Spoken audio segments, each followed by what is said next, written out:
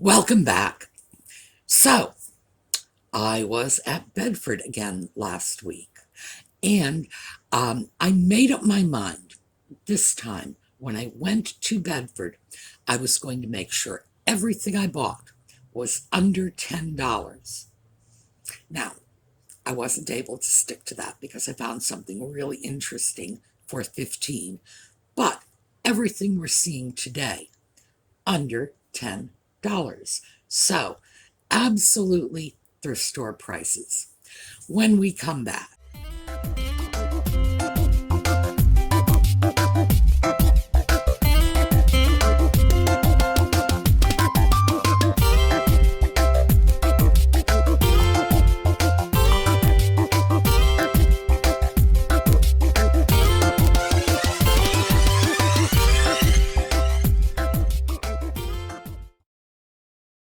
Okay, before we get started, I do not have a cold. This is not why I am grabbing for Kleenex.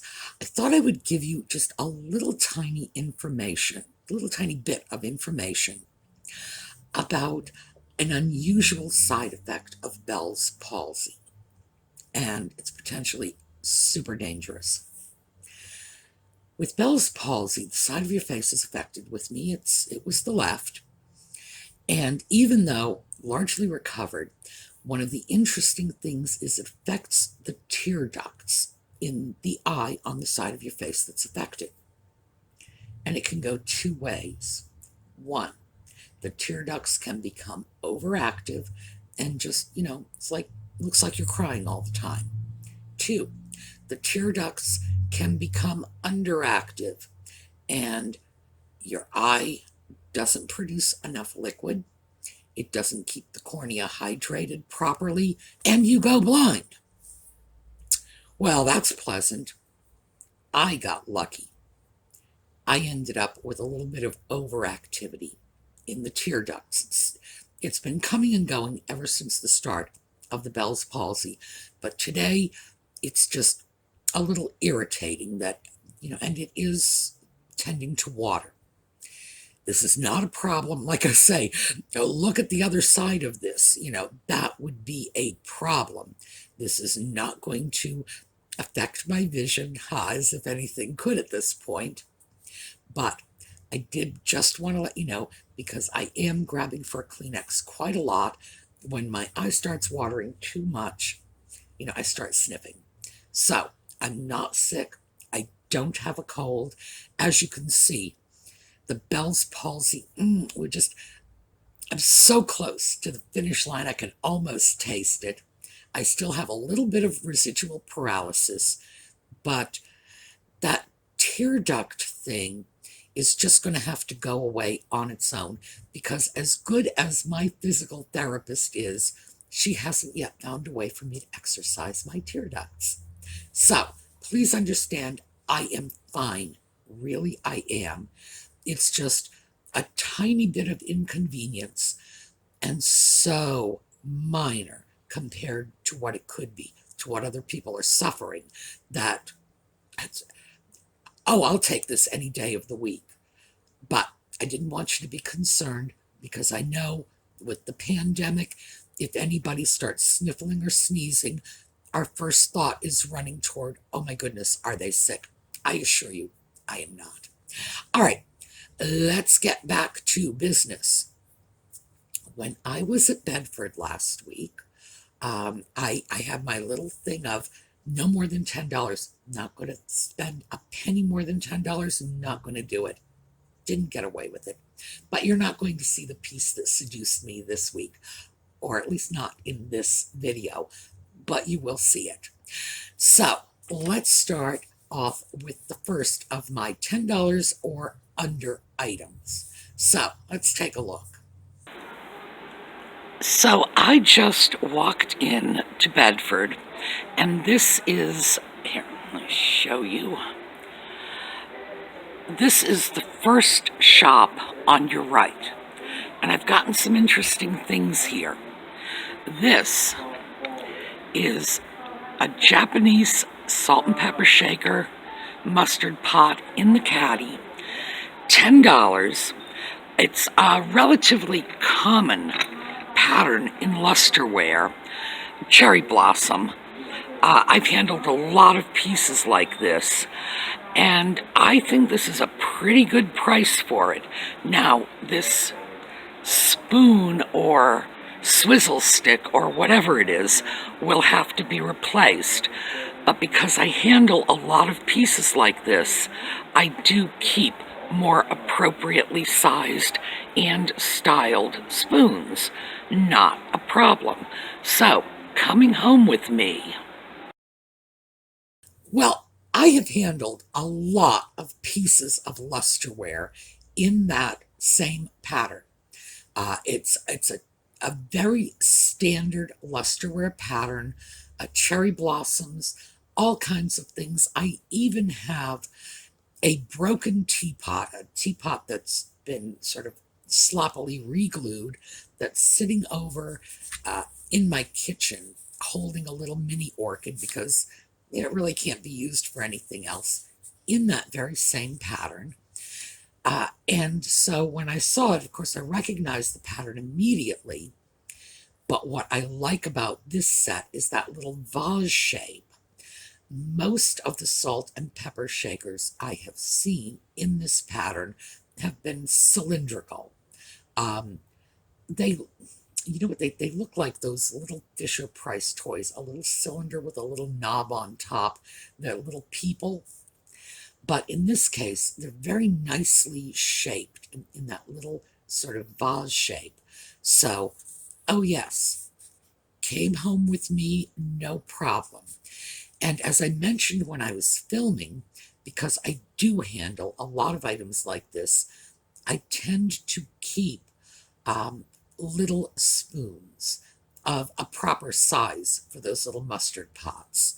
So I'm going to replace that strange, I think that's like a swizzle stick, you know, a contemporary drink stirrer. I think that's what that a clear acrylic spoon was. Not at all proper. So I'm either going to use one of the vintage spoons. It depends on what I can find first. Basically, that's it. If I find a vintage spoon first, bang, going to pop in there. If I don't, I get some contemporary spoons. These are made now in older styles that are small, and I just pop them in the mustard pots so that when I sell them, someone has a spoon. No, it's not going to be original. The original spoons were porcelain and lusterware. You know, they would have been that nice blue in all likelihood, but I do want to make sure that when someone buys something, they can use it. That they're not going to sit around and say, well, this is interesting, but it's going to take me 10 years to find the right kind of spoon. No, I've got the spoons. You can have one. So I hadn't gotten too far. In fact, I hadn't even left that cabinet. The salt and pepper shakers were sitting on top of a display cabinet, and as I was filming, I happened to glance down into the cabinet, and here's what I saw there.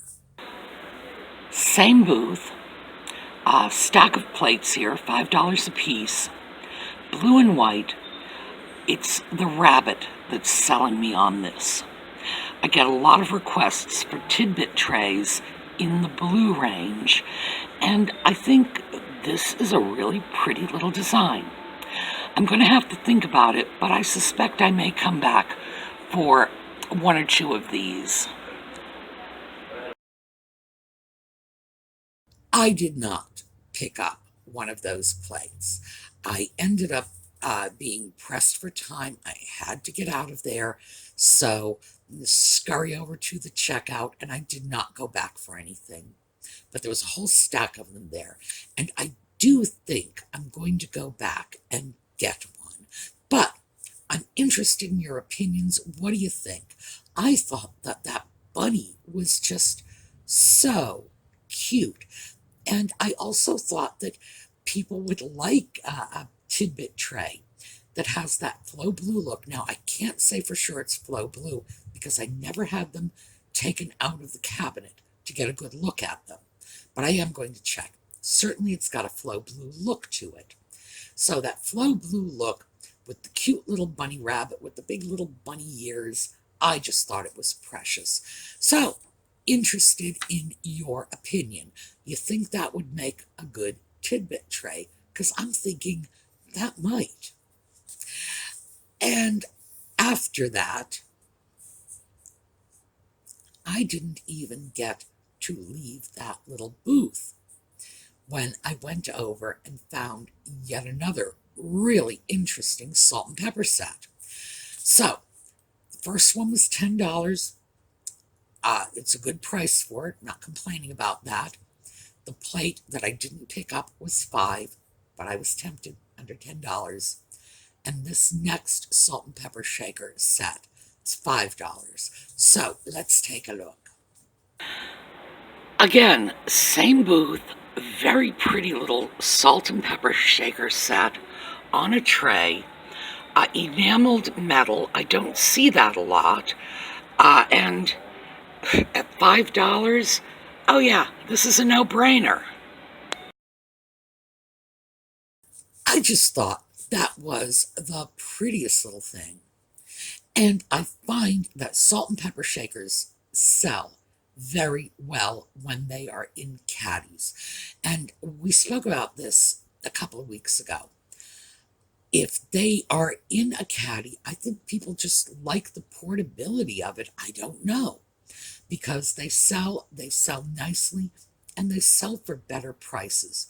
Those were cute. I do not often see metal salt and pepper shakers. I believe they are tin, and it was enameled.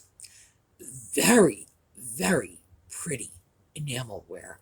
And so when I see something like that, of course I'm going to grab it. Of course it's going to come home with me because it's interesting.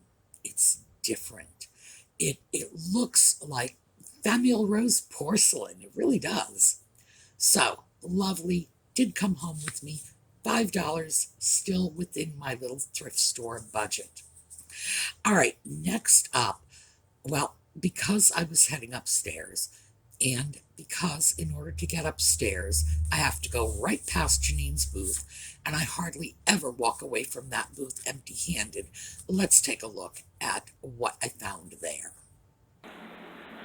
Well, as usual, I can't get upstairs without passing by Janine's shop, and again, as usual, she did not disappoint. Let's start with this. This is a set of Bavarian porcelain, some sort of dish with an underplate. $8, and what I am seeing is a small, delicate tidbit tray, probably for jewelry. This scalloped edge is going to make it very easy to hang necklaces off the side. So, $8, yes. This, $5. I don't usually deal in pieces like this. This is an oil lamp. I recognized immediately that it was one of the Japanese import pieces. And at $5, I'm looking at it as just a very nice figurine with some practical uses if the power ever gets shut off. But here, let me get you close up. Very beautifully hand-painted, lots of gilding. I think that is probably going to sell itself.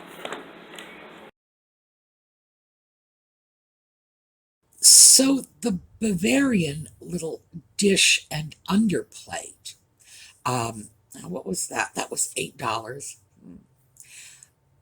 I really, really think that is going to be fabulous. That's going to make one of the little jewelry tidbit trays, the kind that you keep in the bedroom or the bathroom and you use for jewelry. And I can just imagine someone wrapping a necklace around, the central handle and letting it sort of slide over the scallop edge and draping down. But it's very delicate, feminine porcelain, uh, just a really traditional floral design that is, I guess, the normal version of, hey, this is pretty, this is a boudoir piece. So, absolutely, that was kind of a no-brainer. I was surprised to get such a good price on it because, as I say, when I see Japanese porcelain and I see German porcelain, of course, that one I believe was Bavarian, but still German. Um, when I see this next to Japanese porcelain, oh, yes, he's up. Okay. I was wondering, all right, yes, I was wondering if he was going to wake up and join us. Yes, all right, yes, I know you're sleepy. Usually, the really good prices are on the Japanese pieces and not the Bavarian. Here, let them see what a pretty cat looks like. There we go. All right. Go here. One more. There you go. Now, smile. Say something to them. Now the chin. And this cat screams at me most of the day. Just, why am I outside? I need to be inside. Why am I inside? I need to be outside. Why am I on the floor? I should be in your lap. This cat is a talker. Think he'll talk on camera? No. So anyway, before I began dithering, I thought it was a very good price for a Bavarian piece because the prices are higher for these pieces. I do not understand why. Head-to-head comparison, they're no better than the Japanese pieces. Really, they're not. I think it's just the tradition that Japanese porcelain, anything from Japan from that period, was less expensive, and European porcelain is more expensive. But is there a real concrete reason for this in terms of quality workmanship? No, no. It's just some sort of weird prejudice we have. The little oil lamp, though, that was from one of those Japanese import companies. And I've mentioned this.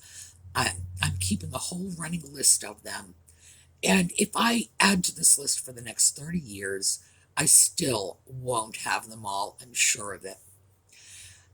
These pieces were brought in as early as the 1940s, but in larger volumes in the 50s and 60s. They made their way into the 5 and 10 cent stores like Woolworths or G.W. Grant or Kresge's, these sort of discount stores. And they enabled people to get very nice little bits of porcelain, or in this case, porcelain and glass, at very, very reasonable prices. The quality is there. No two ways around it. So that little oil lamp for $5, yeah, that was a keeper. So I don't have any concerns about that at all. Pieces like that will sell.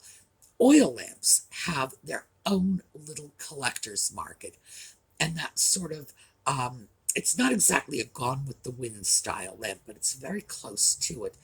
They also have their own collectors. So something like that, in addition to just people who like interesting old tidbits and all of the various collectors groups that'll ping with, I don't think that one's going to last very long either. I think that will find a home very quickly. Very good price on it. The only thing I have to be careful, and I would warn you as well, If you are handling oil lamps, always make sure you clean them out very carefully. Clean them as carefully as you can, because the post office does not allow you to mail flammable materials.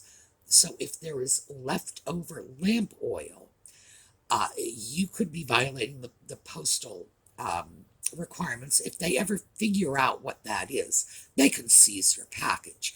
That's where the danger is.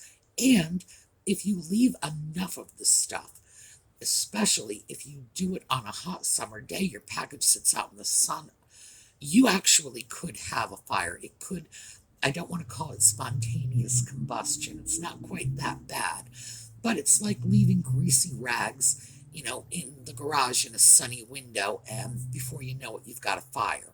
So it is a flammable material. If you're going to deal with anything like this, clean it carefully, because the last thing you need is having a package seized or, blowing up a mail truck. Yeah, I'm pretty sure you go to jail for that sort of thing. And actually, I do not believe that the post office would jail you for it, but I'm sure they'd be very upset with you about it. So just common sense, it's a hazardous material. Eliminate it if you can. The final piece we are going to look at today is very similar to a piece I had, I'm thinking it was about 2 months ago. So let's take a look. This little creamer probably looks very familiar to some of you. I had one of these before, and so I can tell you it's an easy sale. It's interesting. It's a Japanese import, Native American piece. Well, not when I say Native American, it's a Native American image. It's a Japanese import piece, and $5. Easy call. So this little Native American character, Japanese made, and I need to be careful, this is not Native American art. It was not made by Native Americans. It was made by the Japanese in the form of a Native American design. Basically, a Native American in a war bonnet. I had one of these before. It was painted differently. Very often with pieces like this, you will see the same sculpt painted differently. And let me give you an example of that. I have a pair of vases just sitting right across the room from me. Occupied Japan. They have little birds on them, yellow, very pretty. They were a gift to me from Lisa, our resident artist. I sent her back the same vase form painted in a different color. The other one was a little more green. So, same thing, different color. And you see this a lot. The last piece I had, different paint job, same general design. I didn't have any trouble selling that one. I do not expect any problems selling this one. One thing that I did notice on this piece was there was a sticker on the side. That was that little maple leaf on the left side of the Native American chief's head. And I didn't recognize what it was at first. I thought it was some sort of like, fire burst or something. Who knows what I thought it was. It is a sticker that was put on probably Montreal, based on what I could see that was left of the sticker. I'm going to remove the whole thing. I don't have a problem removing stickers like that. And I don't even have a problem if the sticker was perfect. When the piece was made in Japan and sent over to wherever, in this case, Montreal. It did not have a sticker on it. Somebody took that piece once it reached its destination and then slapped a sticker on the side of it that says, souvenir of Milwaukee or whatever. It's not original to the piece. So, in this case, because the sticker is damaged, I don't have a problem. Even if it wasn't damaged, would I have a problem? No, it's not original to the piece. It's something somebody slapped on there. And although I believe it was slapped on there very early in the life of the piece, I believe it came from Japan, hit Montreal, got sold to a souvenir shop, taken out of the box, so probably within perhaps a month or two of manufacture, that little sticker got popped on it. Still, not original to the piece, and I feel no obligation to respect a sticker that was put on a piece that was never specifically intended for a sticker. I mean, it was intended to be a souvenir piece, but it's not as if they said, well, here's your little sticker spot. No, somebody just put it on wherever they thought it looked good. So I have no problem with that at all. How do you do it? Very easy. Acetone nail polish remover. It will take the sticker off very easily, and it will not damage the glaze underneath. There are many other things you can use, by the way. I just find acetone nail polish remover to be very easy. Just take a little cotton ball and wipe it, and the sticker is gone. And that's something you can do with a lot of otherwise really nice pieces that end up with tacky local souvenir stickers. As I say, I don't have a problem with it. You might, I don't. And my reasoning is simple. It's not how it was made. And when the people who created this, designed it, painted it, etc., they did not do this with stickers in mind. So it's an afterthought. I have no problem with this. I will remove it as easily as I would remove a price tag, or if somebody's kids got into the magic markers and scribbled Billy on the side of it. No, not a problem. So keep that in mind, because you may see a very nice little souvenir piece that you like. You're looking at the sticker saying, ew, I don't want that, but I like the piece. A little acetone nail polish remover, and you're good to go. By the way, in many cases, not all, but in many cases, because these are water-based decals, soak it in hot water for 20 minutes, and it'll probably just slide off just as easily. Okay, I have a little tiny segment that I'm adding to the end of this video, because I do have to cut back a little on my video production. So I explain all about it. Take a look. Give me your feedback, because I'm throwing it out to you. When do you want to see the videos come out? And then we are going to finish up with JLS's beautiful Horizon pictures. And I'll see you all tomorrow. I've recorded this little segment to give you an idea of what my new video schedule is going to be, starting in the next few weeks to maybe month and a half. As most of you know, I originally began by putting out 3 videos a week. They were on the weekends. I think it was Friday, Saturday, and Sunday. And then we were hit with a pandemic. So I increased the video output in order to preserve the cohesion of our online video community. I know a lot of you were very isolated, anxious. We had all kinds of shortages. People were getting sick.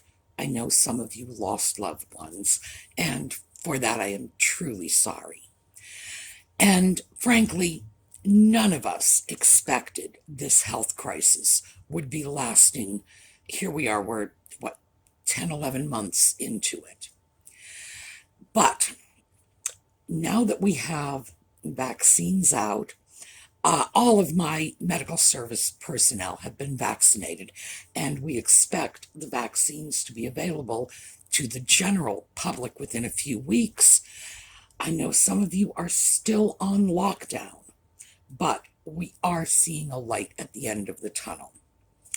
And I also have to tell you that, boy, I am at the very end of my ability to continue producing videos 6 days a week.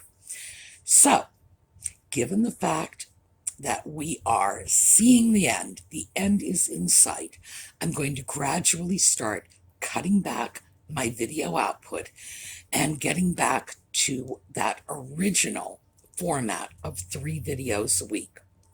So, I want to throw this out to you. I like doing videos to go out on Saturdays and Sundays, but I am going to do 3. So, why don't you decide what the 3rd day is going to be? Let me know. You know I read your comments. All right, so I'm going to show this little clip at the end of my videos for maybe the next couple of weeks, just so the transition is understandable for everyone. No surprises. And you can decide when you want to hear from me. All right. Have a great day, and I'll see you next time.